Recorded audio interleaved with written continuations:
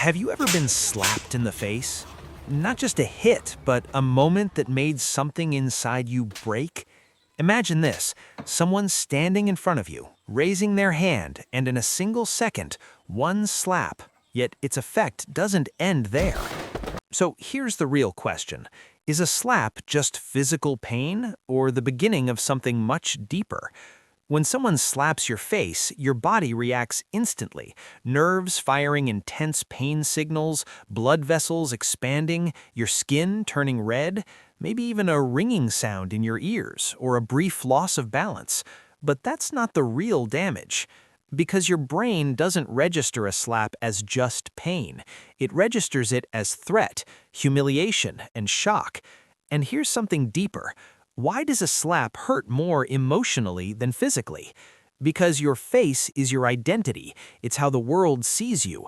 And when it's struck, it feels like you are being attacked, not just your body. That's why a hit on the arm is not the same as a slap on the face, and falling down is not the same as being humiliated. A slap carries a silent message. You are weak, you are less, you don't deserve respect. Let me tell you a story. Salim was a young man working in a small shop.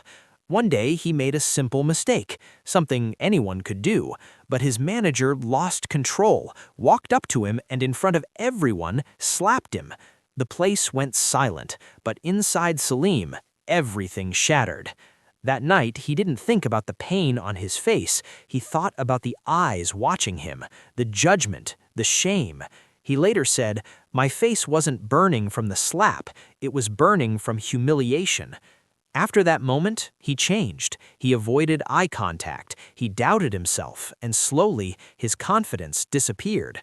One slap changed how he saw himself. And this is the truth most people ignore. A slap is never just a moment.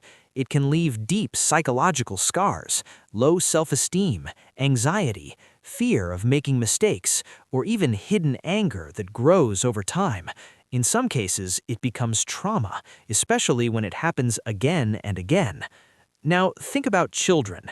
Is slapping them a good way to discipline them?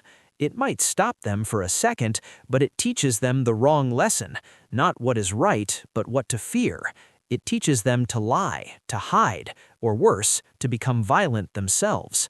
A child who is slapped may grow into someone who is afraid to speak, or someone who uses aggression to deal with others.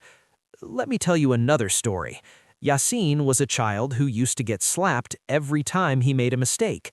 Years passed, he grew older, but something inside him never healed. Whenever he spoke in front of people, his hands would shake. Whenever he made a mistake, fear would take over him. One day, he said something powerful. "I'm not afraid of people, I'm afraid of the feeling I had after every slap." And here's something many underestimate. A slap is not always physically harmless. In strong cases, it can damage the eardrum, cause jaw problems, headaches, or even dizziness, so even the body remembers. But let's ask a difficult question. Why do people slap others? Is it strength or something else? Often it's anger, lack of control, wrong upbringing, or even hidden weakness trying to appear as power. The truth is, the person who slaps is often fighting something inside themselves. So what should you do if this happens to you? First, never justify the humiliation. Your value is not defined by someone else's actions. Talk to someone, rebuild your confidence, and remind yourself who you really are. And if you're the one who slaps, pause, because you might leave a mark that you will never be able to erase. In the end, a slap may last 1 second for you, but for someone else, it can become a lifetime story of pain. Always remember, words can hurt, but a slap hurts dignity. So tell me, do you think a slap is discipline or the beginning of something much worse?